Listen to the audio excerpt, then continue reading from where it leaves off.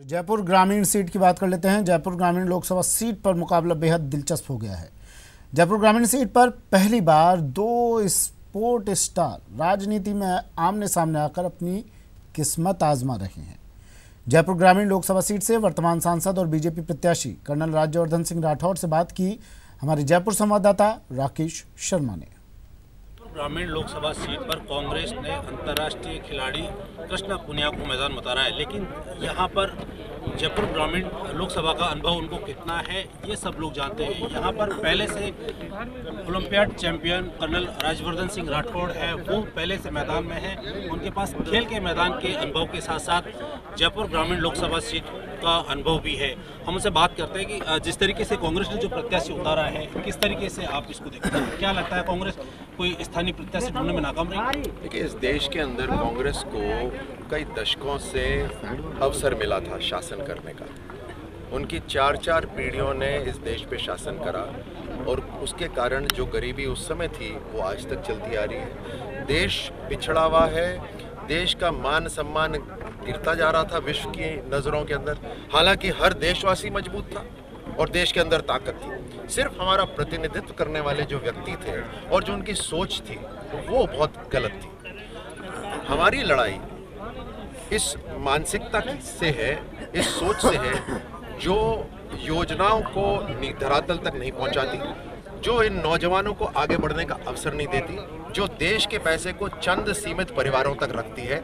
हम एक परिवार की गुलामी नहीं कर सकते। हम देश की सेवा करने के लिए उसके लिए जान देने को तैयार है। मैं सैनिक हूँ, मैं जानता हूँ मेरे साथियों ने इस देश के लिए अपनी जान दी हुई है। हमने युद्ध के मैदान में गोलियां सामने से झेली हुई हैं। हम झेलते हैं क्योंकि इस मिट्टी को हम सर पे लगाते हैं, क्योंकि ये हमारी माँ है और इस मिट्टी के लिए हम मर मिटने के लिए तैयार हो जाते हैं। तो हम गुलामी कैसे कर सकते हैं? हमें चाहिए एक ऐसा प्रधानमंत्री जो प्रधानमंत्री मोदी जी ने जिस तरह से 5 साल में काम करके दिखाया। और ये जब सैनिक एक अपना मोर्चा संभाल लेता है तो वो मोर्चे से कभी हटता नहीं है।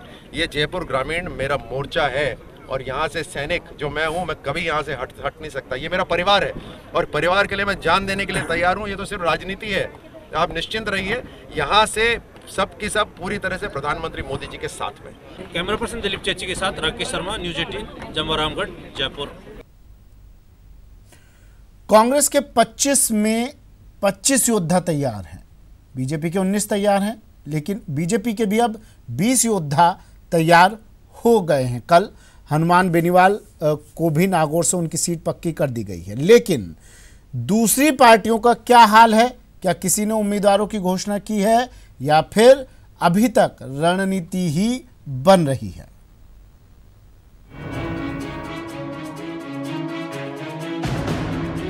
राजस्थान में पहले चरण के लिए पर्चा भरने का काम शुरू हो चुका है, लेकिन बीजेपी और कांग्रेस को छोड़कर दूसरी पार्टियों की तैयारी ग्राउंड जीरो पर मानो जैसे जीरो नजर आ रही है। हालांकि कई पार्टियों ने इक्का दुक्का उम्मीदवारों के नाम की घोषणा की है, तो कोई अभी तक रणनीति या फिर नामों पर मंथन ही कर रहे हैं। आइए एक एक कर बताते हैं इन पार्टियों का हाल। सबसे पहले बात मायावती की पार्टी बीएसपी की। बीएसपी ने सभी सीटों पर चुनाव लड़ने की बात कही है, लेकिन अभी तक बीएसपी ने 5 उम्मीदवारों के ही नाम की घोषणा की है। ये भी तब जबकि पहले ही बीएसपी कोर कमेटी ने उम्मीदवारों को लेकर अपनी रिपोर्ट भेज दी है। ये भी खबर है कि बीएसपी अपने कुछ वर्तमान विधायकों को भी टिकट देने वाली है। अब बात अरविंद केजरीवाल की आम आदमी पार्टी की। आपने अभी तक एक भी सीट पर प्रत्याशी नहीं उतारे हैं। आपके प्रदेश चुनाव समिति ने अपनी रिपोर्ट पहले ही दे दी है।